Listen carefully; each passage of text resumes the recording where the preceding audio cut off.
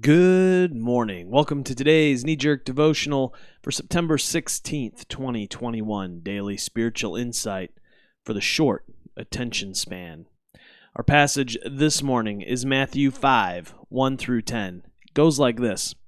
When Jesus saw his ministry drawing huge crowds, he climbed a hillside.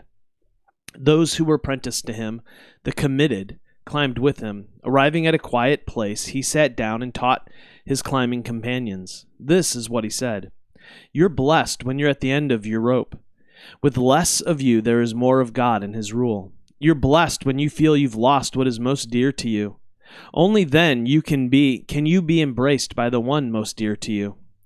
You're blessed when you're content with just who you are, no more, no less. That's the moment you find yourselves proud owners of everything that can't be bought.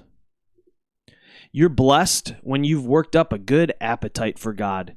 He's food and drink and the best meal you'll ever eat. You're blessed when you care. At the moment of being careful, you find yourselves cared for. You're blessed when you get your inside world, your mind and heart put right. Then you can see God in the outside world. You're blessed when you can show people how to cooperate instead of compete or fight. That's when you discover who you really are and your place in God's family. You're blessed when your commitment to God provokes persecution. The persecution drives you even deeper into God's kingdom. Well, over the last couple of days, I've been thinking about this passage a bit. N.T. Wright and Michael Bird, in their book, The New Testament in Its World, argue that the Beatitudes are the agenda for kingdom work. It strikes me that as we start to seek living this agenda out, we will likely find ourselves at one time or another practicing all of this. Each of us will likely jump into the fray at different points. Some of us come into this at the beginning of the agenda, at the end of our rope. Some of us might pop in at the middle, and others may experience persecution right from Jump Street. Wherever we find ourselves, we must recognize that living this way is our agenda as followers of Jesus. The longer I try to become more like Christ, the more attracted I am to people who live this way. I find them to be refreshing and life-giving. Most particularly, I am finding that I want to be around the peacemakers. Peterson says it like this: you're blessed when you can show people how to cooperate instead of compete or fight. That's when you discover who you really are and your place in God's family. Thinking about peacemaking this way is so beautiful to me.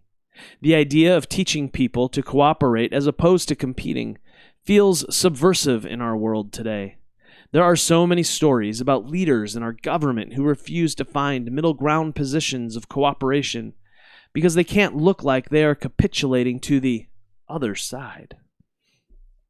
As a result, good policies don't get done on behalf of our nation. I also think about the disunity in the body of Christ and the schisms and divisions that have happened over the years because people are unwilling to pursue peacemaking. Over the last few years, I am growing less concerned about my theological tribe being right. I am more concerned with those who claim to follow Jesus practicing this kingdom agenda that we find in the opening lines of Matthew 5. Again, I'm pretty wrapped up in this idea of peacemaking as I write this. What would it look like if the Christians of our world steeled themselves towards making peace?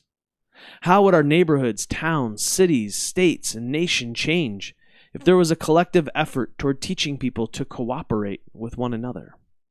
I guess, at the end of the day, what I long for is people to love their neighbor and their enemy as themselves.